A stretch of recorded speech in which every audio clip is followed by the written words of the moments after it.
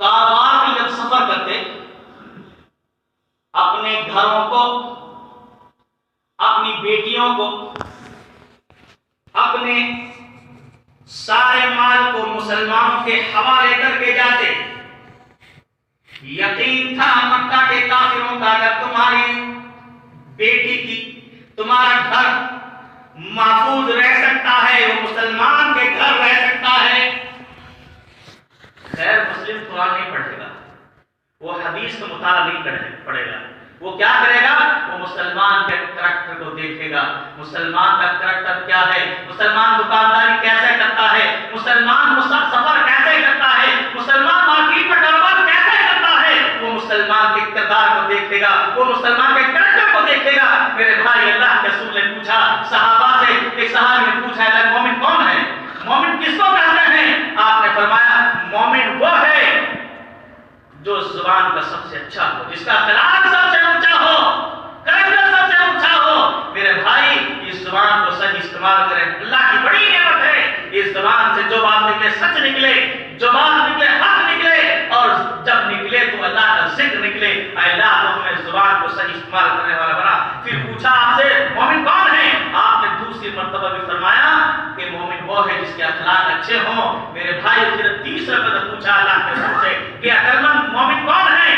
آپ نے فرمایا جو موت کو سب سے زیادہ یاد کرتا ہو وہ عقل مند مومن ہے۔ بہرحال موضوع سے ہٹ کے بات ہے، اللہ تعالیٰ کو ہمیں قیامت کی ہولناک سے محفوظ رکھی ہو۔ اس کے بعد اللہ کے رسول نے فرمایا قیامت کی اگلی نشانی کو ذکر فرمایا آپ نے، اختلاف بڑھ جائے گا۔ آپ نے فرمایا ایک دور ایسا آئے گا میری امت پر، ایک دور ایسا گزرے گا میری امت پر، مسلمانوں کو ختم کرنے کے لیے مشرق مغرب شمال اور جنوب چاروں طرف سے لوگ ایسے ٹوٹ پڑیں گے جیسے دسترخوان پہ کھانا جما دیا گیا ہو، سارے لوگ اس پہ ٹوٹ پڑتے ہیں۔ ایسے ہی مسلمانوں کا حملہ آور ہوں گے۔ صحابہ نے پوچھا ہے اللہ کے نبی کیا اقتدار نہیں ہوگا؟ کیا حکومتیں نہیں ہوں گی؟ تعداد ہم کم ہوں گے؟ مال نہیں ہوگا؟ آپ نے فرمایا اقتدار میں سب سے زیادہ ہوگے، حکومتیں تمہارے پاس، اقتدار تمہارے پاس، اختیار تمہارے پاس، مال تمہارے پاس، تعداد میں سب سے زیادہ۔ پھر آپ نے صحابہ پوچھنے لگی تب مال میں زیادہ، اقتدار میں زیادہ، اختیار میں زیادہ، تعداد میں زیادہ، پھر کیا وجہ ہوگی کہ ہم مغلوب ہو جائیں گے؟ آپ نے فرمایا وہ اختلاف ہوگا، تو مسلمان ٹکڑوں میں تقسیم ہو جاؤ گے، کہیں خاندان کے نام پر، کہیں قبیلوں کے نام پر، کہیں ذات اور برادریوں کے نام پر، کہیں مذہب و مذہب کے نام پر، تو مختلف گروہوں میں تقسیم ہو جاؤ گے۔ اور یہ سب سے وجہ ہوگی قرآن کے دولا تفرقوا، آپس میں پھوٹ مت ڈالو، اختلاف پیدا مت کرو۔ میرے بھائی مسلمان اختلاف کا شکار ہے، اس وقت مسلمان تقسیم ہو چکا ہے، بٹ چکا ہے، کہیں مسلک کے نام پر، کہیں مذہب کے نام پر، کہیں قبیلوں کے نام پر، کہیں برادریوں کے نام پر، کہیں سماج کے نام پر۔ ہم خاندان بیٹے نہیں دیتے، وہ ہمارے خاندان سے بیل نہیں کھاتا۔ کیا مسلمان ہم بیٹیاں اس برادری نہیں دیتے، ہم ان کو دیتے نہیں۔ رب نے فرمایا شعوباً و قبائل لتعارفوا، ہم نے تمہیں قبیلوں میں اس لیے تقسیم کیا ہے تاکہ تم پہچان سکو۔ ایک ہی صف میں کھڑے ہو گئے، ایک ہی صف میں کھڑے ہو گئے محمود و آیات، نہ کوئی بندہ رہا نہ کوئی بندہ نواز۔ اللہ کے دربار میں کوئی امیر نہیں، کوئی غریب نہیں، اللہ کے دربار میں کوئی برادری نہیں، کوئی خاندان و قبیلے نہیں۔ میرے بھائی اللہ کی نگاہ وہی بڑا ہے جس کا ایمان سب سے مضبوط۔ کہاں ہے؟ اہل حدیث کس چیز کا نام ہے؟ کسی دیوار کا نام نہیں ہے، کسی قبیلے کا نام نہیں ہے۔ میرے بھائی جو چیز ہمارے مزاج سے ٹکرائی وہ ہم نے مان لی، جو چیز ہمارے مزاج سے نہیں ٹکرائی وہ ہمارے اسے ہم نہیں مانتی۔ میرے بھائی اس لیے اللہ تعالیٰ سے دعا ہے اے اللہ ہمیں اختلاف سے بچا۔ اس کے بعد اللہ نے فرمایا یاتی زمان، ایک زمان آئے گا میری امت پر شراب عام ہو جائے گی، شراب